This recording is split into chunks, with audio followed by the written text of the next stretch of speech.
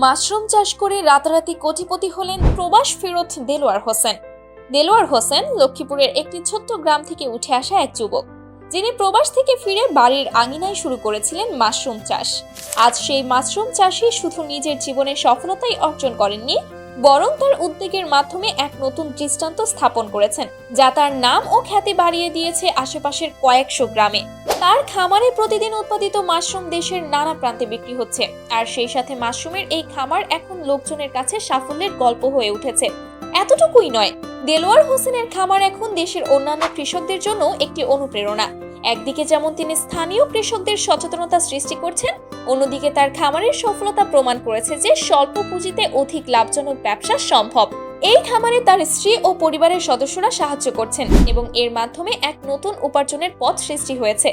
দেলোয়ার হোসেন জানালেন, তার খামারে মাশরুমের 3টি জাত উৎপাদিত হচ্ছে: ওয়েস্টার, মিল্কি এবং ঋষি মাশরুম।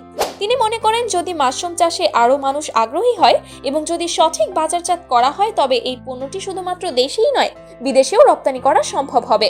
তার বিশ্বাস, মাশরুমের বিশাল চাহিদা বিশ্বব্যাপী রয়েছে এবং এটি বাংলাদেশের জন্য একটি বড় সম্ভাবনা। এমনকি কৃষি বিভাগও তার পাশে রয়েছে এবং কৃষকদের মধ্যে মাশরুম চাষের প্রচলন বাড়ানোর জন্য প্রশিক্ষণ ও সহায়তা প্রদান করছে। সদরের কৃষি কর্মকর্তা মোহাম্মদ হাসান ইমাম জানান, মাশরুম চাষে আগ্রহী কৃষকদের প্রশিক্ষণ দেওয়া হচ্ছে এবং তাদের বাজারজাতকরণের সহজ পথ তৈরি করা হচ্ছে।